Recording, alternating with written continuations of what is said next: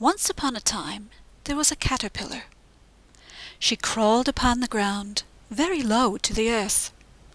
Most of the time her head was down, looking at where she was walking or what she was eating.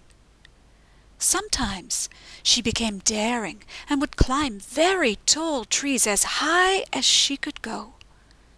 When she got there, she found herself in a canopy of rich green leaves full of deliciousness that filled her belly. But never did she see what was above that thick green canopy. Little did she know that beyond her tiny but sensual world lay a vast, wide sky of blue and unlimited worlds that stretched out into infinity. Then, one day, something started happening to her. She couldn't understand why she began to feel so different. She grew tired of climbing, tired of eating, tired of moving about in her little world. All she wanted was to retreat into a world of dreams. But she didn't know what that meant, or why she felt so cold into slumber. She started to slow down. She wanted to get rid of all she had been carrying around with her. She found a cozy place for herself, and allowed the fuzzy black and green skin which she had always identified as her body to slip away, until all that was left was a formless goo. She felt confused. She didn't feel like her old self anymore, but she wasn't yet sure of who or what she really was. But trusting a still somewhat unfamiliar intuition that told her it was time to go inward now and do the work of transformation, she simply allowed whatever the world had in mind for her without resistance. Soon she was deep in slumber. The formless goo hardened into a protective home for her, and she began to dream. All sorts of strange dreams she had while in that magical slumber. She saw herself rising above the rich green canopy of her former existence to find something she found both exciting and terrifying. There were colors she had never seen before, with brightness and warmth that were beyond her wildest imaginings. And then, in her dream, she felt herself start to rise above the world below.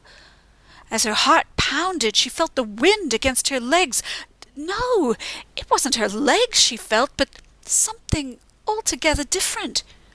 What were these strange and beautiful new arms she had grown? So full of color, so light and wide-spreading.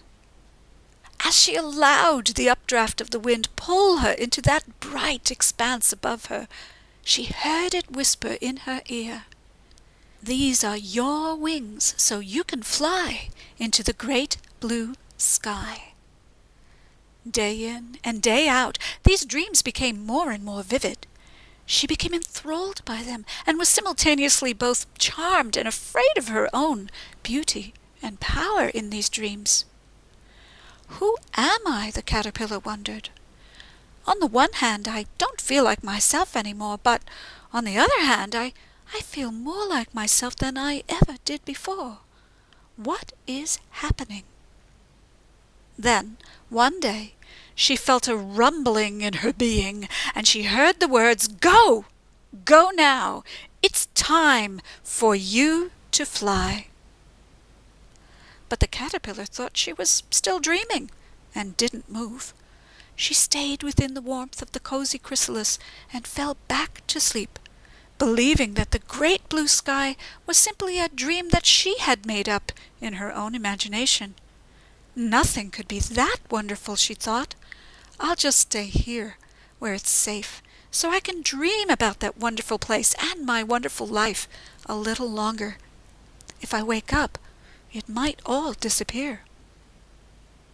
But the rumbling returned the very next day, and this time even more powerfully, and again she heard the words, "It's time for you to fly."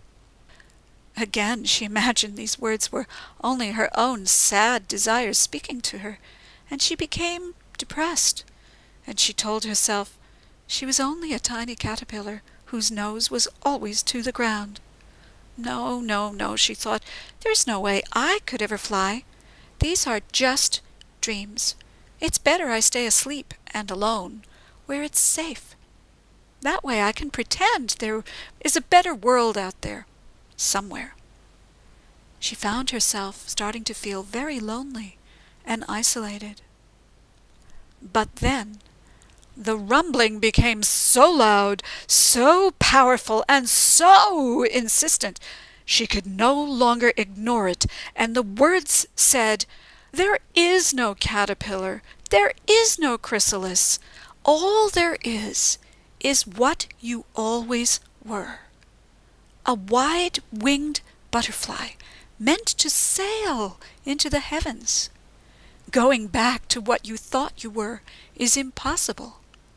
It's your time to fly, now." And then the caterpillar-turned-butterfly understood.